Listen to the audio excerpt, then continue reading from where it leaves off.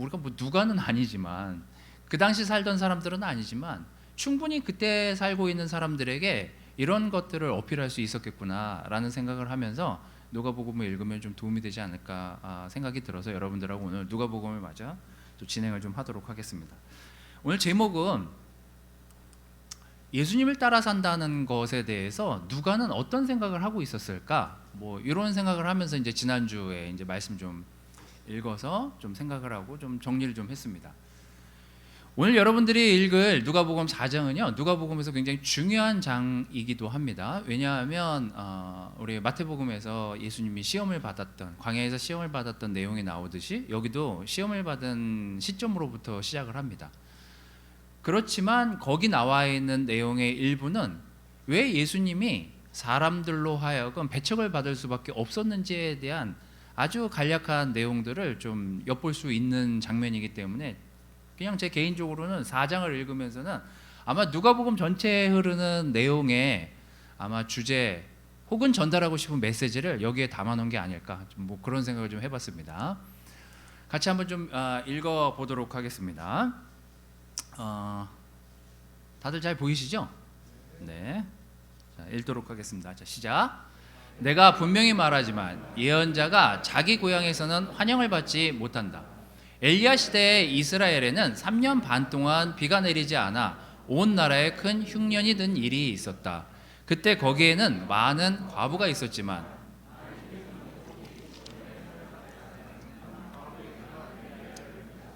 또 예언자 엘리사 시대에는 이스라엘에 많은 문둥병자가 있었으나 한 사람도 깨끗함을 받지 못하고 오직 시리아 사람 나아만만 고침을 받았다. 회당에 있던 모든 사람들이 이 말을 듣고 분개하여 일어나 예수님을 산 위에 세워진 그 마을 밖 벼랑까지 끌고 가서 던져 버리려고 하였다. 이제 이런 내용입니다. 근데 사실 이렇게 험악해지기 전까지 분위기는 굉장히 좋았어요. 이제 이 앞에 내용을 여러분들한테 좀 읽어 드릴 텐데 별 문제도 없고 별 사건 사고도 없었습니다. 오히려 예수님이 놀랍다는 칭송을 받는 장면이 바로 위에 나와요. 하지만 어느 날 어느 순간 갑자기 사람들이 이렇게 돌변합니다. 예수님을 죽이고 싶을 정도로요. 근데 왜 예수님을 죽이고 싶을 정도로 이 사람들이 분개했는지 이 내용에 나오고 있는 거죠. 지금 그 내용을 조금 이따 살펴보도록 하겠습니다. 자, 16절에서 20절 그 위에 있었던 사건인데요. 제가 좀 읽어드리도록 하겠습니다. 저 밑에 막 가려진 내용이 있어서 제가 이렇게 적어왔습니다. 자, 이건 제가 읽을게요. 여러분들은 그냥 눈으로 따라 보시면 되겠습니다. 예수님은 자라나신 고향 나사렛으로 가셔서 전에 하시던 대로 안식일에 회당에 들어가셨다. 그리고 성경을 읽으려고 일어나서 이사야의 예언서를 받아 이렇게 쓰인 곳을 찾아 읽으셨다. 주께서 나를 성령으로 충만하게 하셨으니 가난한 사람에게 기쁜 소식을 전하게 하시려고 나를 택하여 보내셨다. 그가 나를 보내신 것은 마음 상한 자를 고치시고 포로에게 자유를 선포하며 눈먼 사람을 다시 보게 하고 짓눌린 사람을 풀어주며 주께서 은혜 베푸실 때를 전파하도록 하기 위해서이다. 예수님이 그 책을 덮어 회당 직원에게 되돌려주고 앉으시자 그곳에 모였던 사람들의 눈길이 다 예수님께로 쏠렸다. 이사야서 61장 내용을 인용하면서 예수님이 거기 모인 사람들에게 말씀을 읽어주고 전달을 합니다. 사람들이 웅성웅성하기 시작해요. 알아보기 시작하고 유대인 요셉의 아들 아닌가, 그의 아버지는 목수 아닌가, 그러면서 예수가 이 내용을 읽고 그들과 함께 어떤 논의를 하고 있었던 것에 대해서 사람들이 굉장히 놀라워합니다.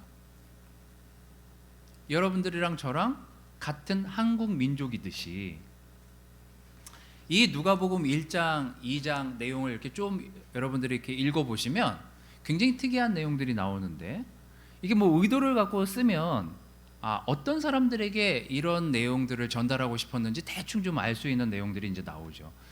여러분들이 누가복음 1장, 2장을 읽으면 거기에 마리아가 어떤 사람인지에 대해서 좀 설명이 나옵니다. 그러면서 스가랴 제사장의 먼 친척이었다라는 내용을 누가가 이제 거기다가 이렇게 써놓죠. 누굴 위해서 그렇게 했을까요? 읽는 독자들이 그때 당시에 유대인이었기 때문에 또 그때 당시에 같은 민족에게 말씀을 전했어야 됐기 때문에 자, 유대인들에게 자, 마리아가 어떤 사람인지, 요셉이 어떤 사람인지, 그의 아들 예수가 어떤 사람인지를 우리가 일단 판을 깔고 가보자, 이런 생각에서 내용을 넣겠죠. 그리고 심지어 예수님이 낳은 지 8일 만에 할례를 받았다라고 기록도 누가가 하고 있습니다. 누구의 전통이죠? 유대인들의 전통이죠. 그래서 이 누가복음을 보면, 자, 예수님이 어떤 사람이었고 어떤 혈통이었고 어떤 출신인데 왜 너희들이 같은 민족을 그렇게 배척했는지 내가 설명해 줄게, 내가 알려줄게.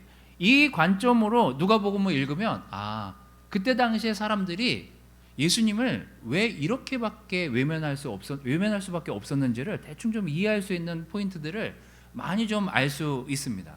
오늘 이제 그런 생각을 가지고 이 누가복음에 나오는 내용을 가지고 좀 전달을 좀 하려고 하는데요.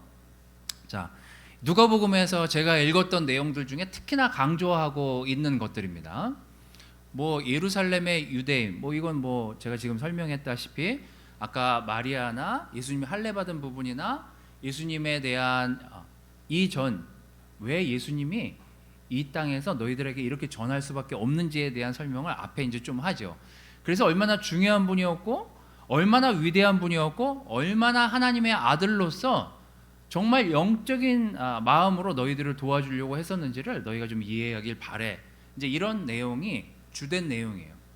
그리고 제가 지난주에 이제 설명했다시피, 하지만 거기에 너희들도 가난하지만 더 가난한 사람들이 있었고 그 가난한 자를 너희들이 어떻게 또 외면했는지, 배척했는지, 그래서 예수님이 그들을 어떻게 도와주고 싶어 하셨는지에 대한 내용을 굉장히 집중적으로 다루고 있습니다. 그래서 오늘 여러분들하고 읽은 내용하고 굉장히 연결이 되어 있습니다. 그래서 이방인한테 말씀을 전하고 그들이 너희들보다 왜 더 빨리 복음을 받아들일 수밖에 없는지 내가 알려줄게. 이제 이런 내용들이 또 누가복음에 나오고, 하지만 그렇게 너희들하고 열심히 하나님의 나라의 복음과 말씀을 전하려고 했지만 배척한 게 예수님이 아니라 너희들이었다라는 사실, 유대인이었다는 사실을 알려주고 그들에게 왜 예수님이 배척받을 수밖에 없었는지를 설명하는 내용들이 이 누가복음의 전체에 흐르는 내용이라고 보시면 되겠습니다. 지난주에 제가 가난한 것에 대해서 얘기를 했기 때문에 오늘은 왜 우리는 유대인들은 같은 동족을 배척할 수밖에 없는 상황을 만들었을까, 이런 생각을 하시면서 좀 내용을 좀 보시면 되겠습니다. 자, 아까 이제 처음 내용으로 다시 넘어가서, 안 빠르죠? 네. 자, 여기서 이제 왜 분개했는지 우리가 이제 답을 내면 되는 거죠. 이들은 왜 분개했을까? 이들은 왜 화가 났을까? 이걸 좀 이제 생각해 보면 되겠습니다. 이제 노란색 부분만 제가 좀 읽어보도록 하겠습니다. 그때 거기에는 많은 과부가 있었어요. 하나님께서는 오직 시돈의 사렙다에 사는 한 과부에게만 엘리야를 보내셨습니다.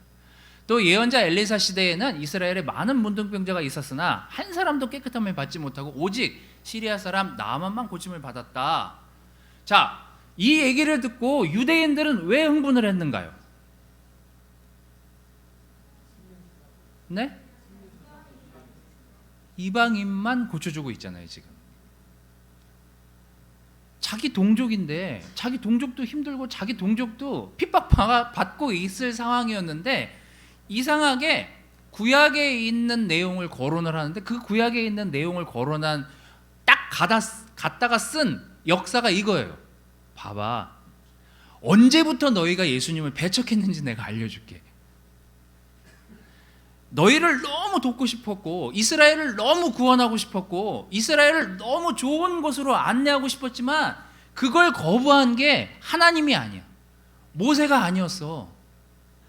바로 너희들 자신이 하나님과 모세를 저버렸고 그리고 예수님을 저버린 거야.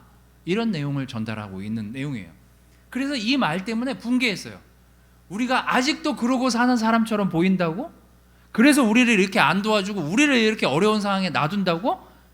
이들은 흥분할 수밖에 없었죠.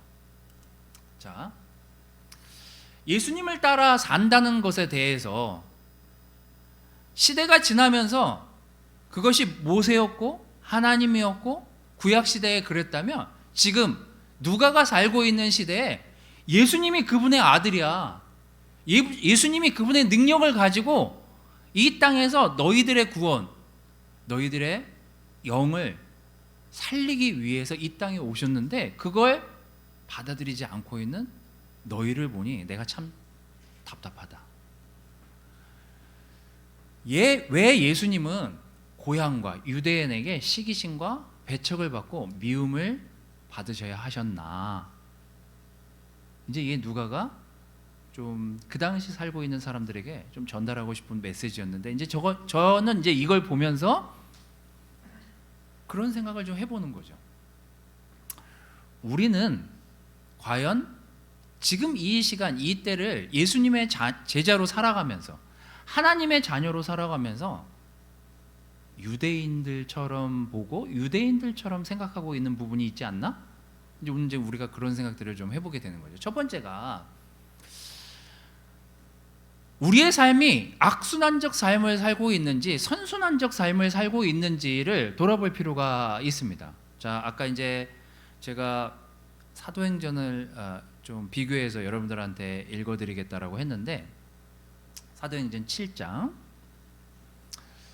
38절에서 39절, 51절에서 52절 내용을 보면 누가가 아까 4장에서 그 유대인들에게 전달하고 싶었던 메시지를 아주 비슷하게 스데반이라는 이 사람이 왜 죽게 됐는지, 그 스데반이 그들에게 어떤 설교를 하면서 왜 힘들어 했는지를 설명을 하고 있습니다. 여기 누가가. 자, 같이 좀 보도록 하겠습니다. 사도행전 7장 38절에서 39절, 이것도 제가 좀 읽어드리도록 하겠습니다. 먼저 38절 39절. 자, 구약의 역사의 이야기를 끌어다가 이렇게 쓰고 있어요. 시내산에서 자기에게 말한 천사와 그리고 우리 조상들과 함께 광야 교회에 있으면서 하나님의 살아있는 말씀을 받아 우리에게 전해준 사람이 바로 이 모세입니다. 그러나 우리 조상들은 그의 말을 듣지 않고 오히려 그를 배척하며 이집트로 돌아가라고 했습니다. 그게 이스라엘 민족 바로 여러분들이었어요. 구원해 주려고 했고 좋은 곳으로 안내하려고 했고 정말 젖과 꿀이 흐르는 땅으로 안내하려고 했지만 그 뜻을 거역하고 반역한 상태에서 하나님을 받아들이지 않으려고 했던 것은 하나님이 아니라 너희들이었어. 그런데 그 악순환을 지금 이 순간까지도 계속하고 있는 것이 유대인 너희들이야. 그래서 이 스데반의 입을 빌려서 이렇게 계속 얘기합니다. 고집을 피우며 이방인들처럼 하나님의 말씀에 귀를 기울이지 않는 사람들이요. 여러분도 조상들처럼 성령님을 계속 거역하고 있습니다. 여러분의 조상들이 핍박하지 않은 예언자가 단 한 사람이라도 있으면 말해 보십시오. 한 명도 없었다는 얘기예요. 너희는 너희들을 도와주려고 왔던 그 모든 예언자, 모든 구원자들을 모두 외면하고 계속해서 악순환의 길을 걷고 있었던 것들이 너희들의 문제였다. 이 얘기를 누가는 스데반의 입을 빌려서 전달을 하고 있습니다. 자, 이건 그냥 제가 그냥 그려본 거예요. 제 스스로를 돌아보면서. 누가복음에는 예수님이 나오지만 예수님이 돌아가시고 나서 누가 주인공이 되죠? 성령님. 그죠? 지금 이제 우리 시대가 된 거죠. 성령님을 우리 안에 모시고 사는데, 자, 너희의 선순환적 구조를, 우리 안의 선순환적 구조를 한번 생각해 보자는 거죠. 예수님이 말씀을 주시고 제가 그 말씀을 받아들였어요. 회개를 했고 다시 태어나는 기쁨의 열매를 맺습니다. 그리고 제자 삶을 살죠. 이게 굉장히 선순환적 삶입니다. 전 주일학교에서도 매주 여기 오기 전에 주일학교에서 말씀을 전하지만, 주일학교에 일찍 나와서 주일학교 선생님들이 아이들을 위해서 막 준비하는 그 과정의 모습들을 보면서 그것만으로도 사실 격려가 되고 사실 도전이 되죠. 자, 우리가 우리끼리만 지금 잘 살고 잘 먹고 산다, 좋을 수 있어요. 자, 우리나라가 세계 경제 대국 중 하나죠. 우리가 그런 나라에 태어나서 살고 있어요. 자부심을 느끼지 않습니까? 자, 그런데 한번 우리 다음 세대를 생각해 봅시다. 우리는 그냥 좀 젊은 분들한테는 죄송하지만 전 사실 좋은 세상에 좋은 것들을 보면서 살고 있어요.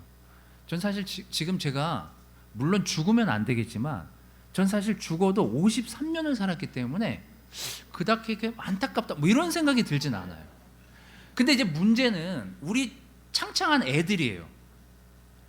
지금 17, 18, 19 어제도 뭐 여기 팀 모임하고 몇 명 애들이 주일학교 저 캠퍼스 공간에서 같이 떠들면서 잠을 자는데 옆에서 걔네들 얘기를 들으니까 뭐 한심하기도 했지만 재미도 있었어요. 하지만 그런 얘기를 이렇게 제가 쭉 들으면서 이런 생각들을 좀 해보게 돼요. 쟤네들 세대에 지금 우리와 같은 삶을 쟤네들이 누릴 수 있을까? 올해 그 날씨 때문에 전 세계가 난리를 겪었잖아요. 어느 나라는 엄청 가뭄이 와가지고 뭐 햇볕이 쨍쨍 뜨니까 그 물이 올라가가지고 어디론가 쏟아 부었을 거 아니에요. 기상 이후 그 이변이 우리나라도 뭐 물폭탄이 떨어졌지만 어떤 나라는 기아 말라 죽고 물이 없어가지고 고민하고 고생하고 있는 나라가 생기기 시작하고 있는 거예요. 어떤 나라는 홍수 때문에 파키스탄 같은 경우에는 1000명 가까이 죽었습니다. 우리도 피해를 입었잖아요. 자, 이제 이게 저는 뭐 환경 무슨 주창하는 사람은 아니지만 우리 세대는 이렇게 살다가 좀 뭐 비 좀 오네, 뭐 날씨가 좀 뜨겁네 이러면서 살다가 죽을 수 있어요. 근데 이제 우리 다음 세대를 생각하면 우리가 좀 뭔가 준비하고 아껴야 되는데 그 생각을 안 하는 거죠. 이게 유대인들하고 똑같아요. 지금 우리만 잘 먹고 잘 산다는 생각으로 살기 시작하면 우린 괜찮게 살 수 있어요. 하지만 우리 다음 세대를 생각하면 우린 지금 고민해 볼 필요가 있는 거예요. 어떻게 살아야 되는지. 제가 우리 지금 진주에 내려간 지용 형제가 가끔 저랑 카톡을 하는데 저도 이제 보호종료 아동에 관심을 갖고 뭐 시작을 했지만 이 친구도 그쪽에 관심이 많아가지고 그쪽 뉴스만 나오면 저한테 아티클을 보내와요. 뉴스가 있었던 지방에서 얼마 전에 보호종료가 끝난 청소년 이제 19세 됐던 친구가 나와서 사회에 첫 발을 내딛었는데 뭐 할 수 있는 게 없는 거죠. 할 데도 없고 일단 숙식을 해결해야 되는데 그게 해결이 안 되니까 며칠을 굶고 고민하다가 자살을 한 거예요. 저희가 저희 애들만 잘 먹이고 잘 키우면 좋을 거라고 생각하지만 제가 경기도청에서 그 보호종료 아동을 돕고 있는 그 공무원하고 얘기를 하면서 이 피해가 우리한테 오는구나, 우리 애들한테 오는구나, 우리 다음 세대에 오는구나. 그게 뭔지 아세요? 걔네들이 케어를 못 받잖아요. 그러면 어디로 가겠어요? 돈을 제일 빨리 벌 수 있는 방법이 뭐예요? 어두운 세계로 들어가는 길인 거죠. 보통 여자애들 같은 경우에는 그런 숙소를 준비하고 마련하지 못하면 어디로 가겠어요? 사창가로 가는 거예요. 술집으로 가거나. 남자애들 같은 경우에는 어디로 가겠어요? 어떤 기반의 안정감 있는 몇 년의 시간만 그들에게 제공해주면 되는데 그들이 그 제공을 받지 못하니까 빨리 돈을 벌기 위해서 술집에 가든지 아니면은 막된 현장으로 달려가든지 아니면 그냥 그 세상으로 밀려나든지. 자, 어두운 세계에 다 가는 건 아니겠지만 그런 애들이 결국은 누구한테 피해를 입히겠어요? 우리 자녀들인 거예요. 같이 커가고 있잖아요. 단지 환경이 달랐을 뿐인데. 그래서 그 몇 년의 시간만 도와주면 몇 년의 시간만 그 사람들을 케어해 줄 수 있다면 그들이 뭔가 사회에 잘 안전한 상태에 이르러서 사회에 진출할 수 있다면 그러면 그들도 우리 자녀들과 같이 똑같은 세상을 바라보고 똑같이 좋은 눈으로 좋은 마음으로 다른 사람을 도울 수 있는 환경으로 돌아설 수 있지 않을까. 이제 이게 선순환적 생각들인 거죠. 유대인들은 지금도 그런 부분 때문에 많은 나라에서 욕을 먹긴 하지만 자기밖에 모르는 게 문제인 거예요. 우리만 잘 살면 돼. 나만 괜찮으면 돼. 이게 그때 당시에 유대인들의 생각이었어요. 그러니까 핍박을 많이 받아요, 유대인들이. 유대인이 제가 이런 얘기하면 절 혼낼 수도 있지만, 지금의 우리를 보십시오. 나만 생각하고 우리 가족만 생각하고 우리만 생각한다면, 분당교회만 생각한다면 우리는 꽤 괜찮게 살아갈 수 있습니다. 그냥 좋은 형제자매들 있고, 그냥 좋은 가족이 있고, 좋은 친구들이 있고, 우린 잘 살 수 있어요. 근데 나 중심, 그런 삶을 사는 사람들이 과연 선순환적 삶을 살 수 있을까를 생각해 본다면 전 매우 어려울 것 같다. 욕심도 많아지고 듣지 못하게 되고, 유대인들처럼 항상 제자리에 머무르고, 그리고 배척하고, 믿는 사람 안 믿는 사람. 그래서 예수님은 이때 당시에 많은 유대인들에게 말씀을 전하기가 매우 어려웠다라고 누가는 생각하기 시작하는 거예요. 그래서 악순환적 삶을 사는 것은 너희들이고, 차라리 그렇기 때문에 이방인과 더 외면당하는 사람에게 말씀을 전할 수밖에 없는 예수님을 너희가 보고 있는 거야. 이 얘기를 지금 누가가 하고 있습니다. 두 번째, 외면할 것인지 직면할 것인지에 대한 판단을 너희들이 해보라는 거죠. 자, 누가복음 4장 28절 29절에 이런 내용이 있습니다.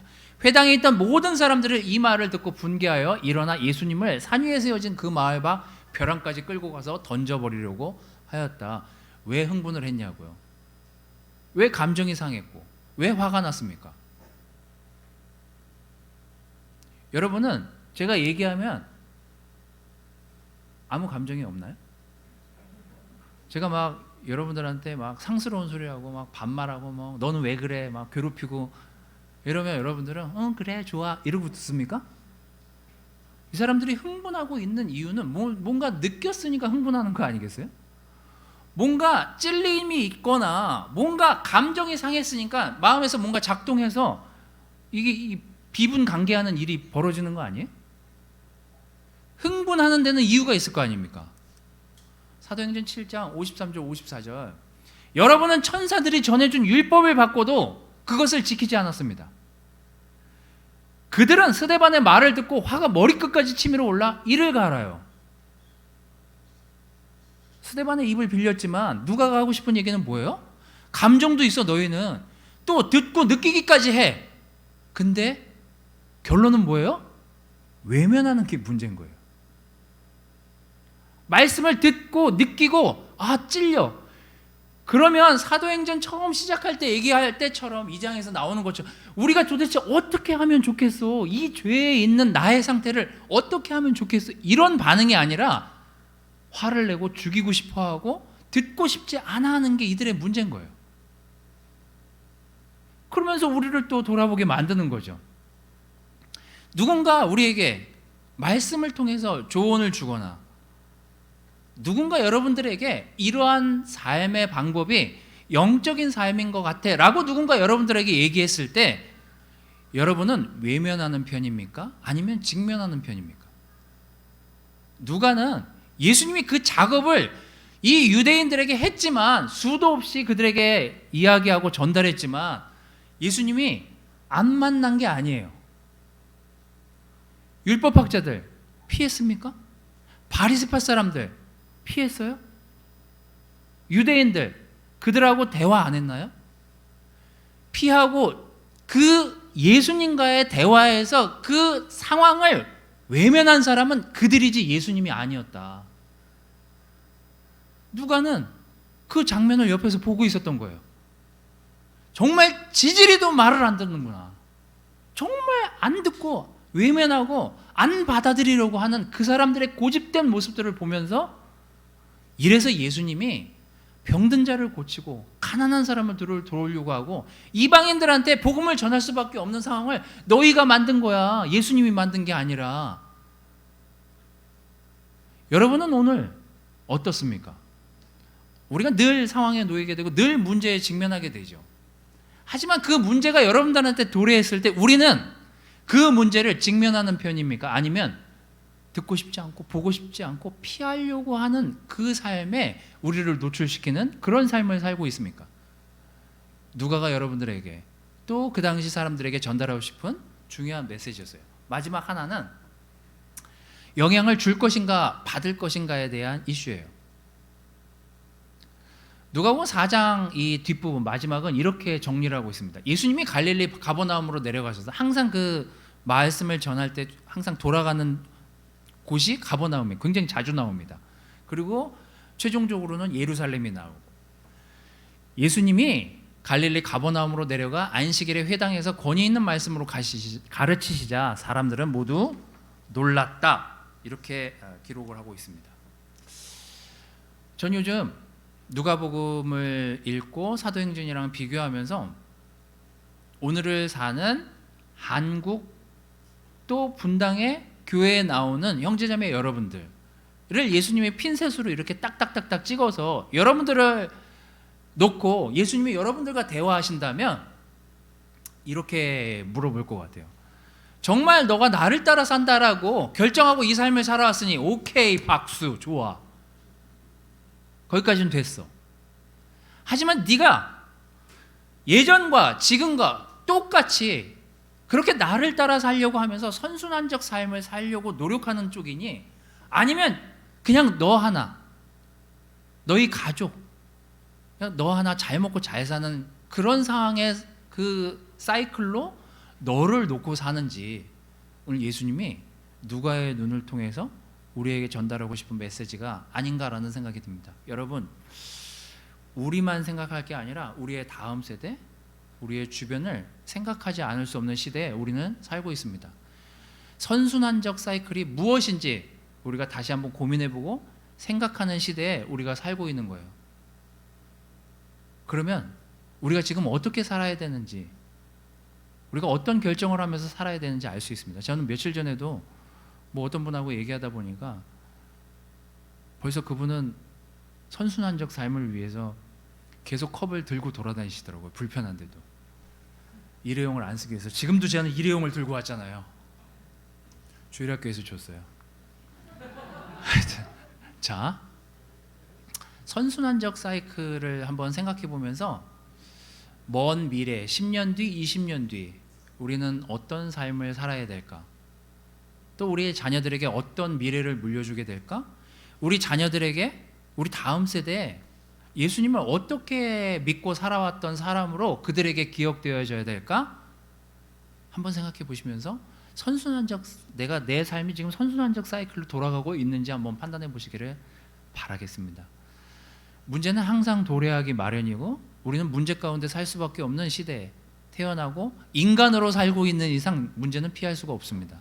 그 문제를 나는 오늘 외면하고 있는지, 아니면 말씀으로, 기도로 직면하면서 그것들을 어떻게 해결해 나가려고 하나님 앞에 내가 어떤 믿음과 용기를 가지려고 나아가고 있는지 다시 한번 좀 생각해 보시는 여러분들이 되시기를 바라요.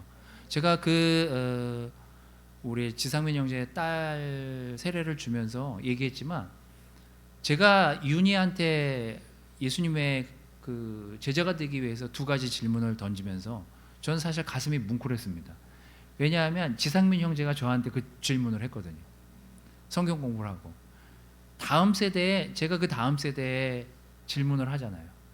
우리 자녀들에게 여러분 중에 누군가가 우리 자녀들에게 질문을 하겠죠. 이게 바로 선순환적 사이클에 우리가 노출되어 있는 것이 얼마나 중요한지를 알려주는 메시지예요. 그리고 어떤 상황에 어떤 문제들이 우리 안에 도사리고 있든지 우리는 그 문제를 잘 해결할 수 있습니다. 믿음만 있다면요. 또 예수님의 눈으로 보려고만 한다면 우리는 그 문제를 직면해서 해결할 수 있을 것이라고 생각이 듭니다. 영향은 우리 모두 영향력이 있지만 예수님을 믿고 예수님을 따라 살려고 우리가 노력하면서 그 믿음을 잃지 않으려고 했을 때 그때서야 비로소 힘이 실린다는 사실을 알고 계시기를 바라겠습니다. 우리가 지식도 중요하고 경험도 중요하고 경력도 중요하지만 그 어떤 것보다 위에 두 가지를 하고 나서야, 그때서야 비로소 우리에게 힘이 실린다는 사실, 우리가 하는 말에 힘이 실리고 우리가 사는 삶에 힘이 실리고. 저는 요즘 성경 공부가 여기저기 많이 생겨서 그 성경 공부에 들어가서 이런저런 얘기들을 하고 들으면서 많은 격려를 받습니다. 여러분 뭐 저보다 더 많은 세상에 있는 분들을 만나겠지만 저는 적어도 일주일에 하면은요 교회를 떠난 지금 이 교회를 나오지 않은 사람들을 만나서 시간을 보냅니다. 왜냐하면 그들이 이 교회에 있다가 나갔으니까 지금 이 교회는 없지만 그들은 다른 세상의 다른 눈으로 우리 교회를 보고 있을 거 아니에요. 그래서 그분들의 얘기를 가끔 듣고 있노라면 회개해야 될 생각들을 다시 떠올리게 돼요. 아, 내가 참 미성숙한 데가 있었구나. 내가 참 잘못 전달한 부분들이 없지 않았었구나. 그래서 여러분, 우리가 우리 안에서 우리만의 리그로 간다면 우리끼리는 잘 살 수 있겠지만 누가가 본 예수님이 누가는 굉장히 답답했을 수밖에 없어요. 그 당시 환경을 보면서 아, 예수님이 참 힘들고 어려울 수밖에 없었겠구나. 왜? 악순환적 사이클을 살고 있는 유대인들을 봤기 때문에. 또 그 문제를 예수님이 거론했을 때 외면하고 있는 유대인들이 너무나 많았었기 때문에. 그러니까 영향력이 전혀 없어요. 그러니까 맨날 남의 민족에 핍박을 받으면서 살게 됐고요. 오늘 여러분들에게 누가복음의 메시지를 전달하면서 제가 바라기는 여러분 모두 선순환적 삶을 살기를 바라고 어떤 문제에 직면하든지 그 안에서 믿음과 기도로서 그 상황들을 잘 헤쳐나가시기를 바라겠습니다. 그리고 그 영향력으로 이 세상에 나가셔서 하나님의 자녀로서 예수님의 제자로서 놀라운 그 제자 삶을 영위해 나가시는 여러분들이 되시기를 바라면서 말씀을 마치도록 하겠습니다.